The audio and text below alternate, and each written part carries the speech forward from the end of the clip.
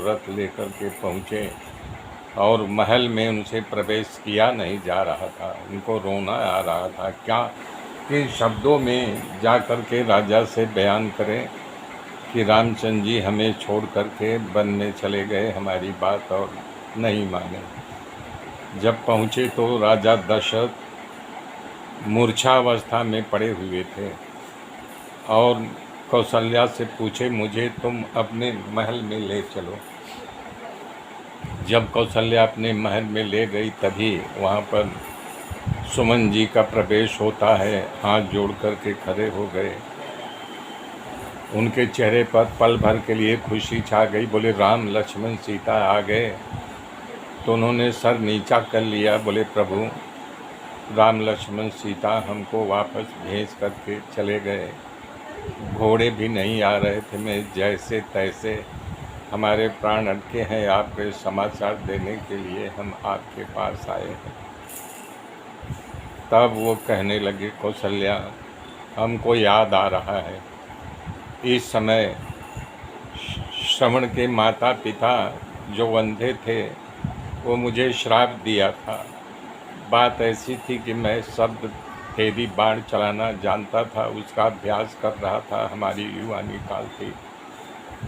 और वो सरयू के तीरे श्रवण जो अपने अंधे माता पिता को यात्रा कराने ले जा रहे थे, कांवर में बैठा करके मटके को भर रहे थे। भुड़ुक भुड़ुक भुड़ुक आवाज़ आ रही थी तो उनको लगा हिरन पानी पी रहा है। उस शब्द को सुन करके मैंने बाण चला दिया और वो जा कर के सीधा बाण जो है श्रवण कुमार के लगा। वो पछाड़ खा के गिर पड़ा। हा राम करके मैं काटो तो खून नहीं, भागता हुआ वहाँ गया। देखा श्रवण कुमार तीर के घाव से बिलख रहा था। बोला, मैंने आपको क्या अपराध किया कि आपने मुझे ये बाण मार दिया? हमारे अंधे माता पिता को मैं पानी लेने के लिए आया था, उन्हें अब कौन पानी पिलाएगा? एक काम करो, तीर तो तुमने मारा है, इसे बड़ी वेदना हो रही, इस तीर को तुम खींच लो, बाहर निकाल दो ताकि मुझे वेदना कम हो। मैंने वो बाण निकाल दिया।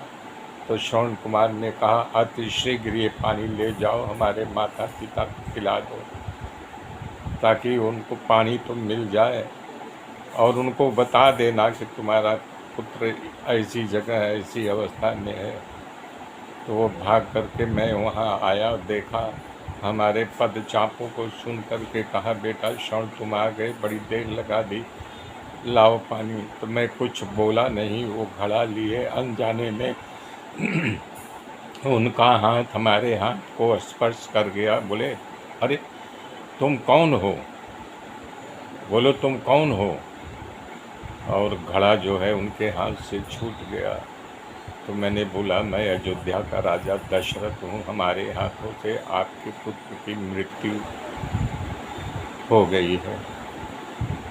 और उन्होंने बोला, हमारे पिताजी को ले जा कर के पानी पिला दो, ये पानी मैं आपको देने के लिए आया हूँ, पानी पी लीजिए। बोले, नहीं, अति शीघ्र मुझे उनके पास ले चलो, देर मत करो। दोनों माता पिता को उसी कांवड़ से उठा करके मैं भागते हुए आया। तब तक श्रवण कुमार के प्राण पखेरु उड़ गए थे। दोनों उनको पकड़ करके विलाप करने लगे और उन्होंने मुझे श्राप दिया, जिस तरह मैं अपने पुत्र के वियोग में छटपट रहा हूँ, हम अपने प्राण त्याग रहे, उसी तरह तुम भी अपने पुत्र के वियोग में छटपट करते करते प्राण त्यागोगे।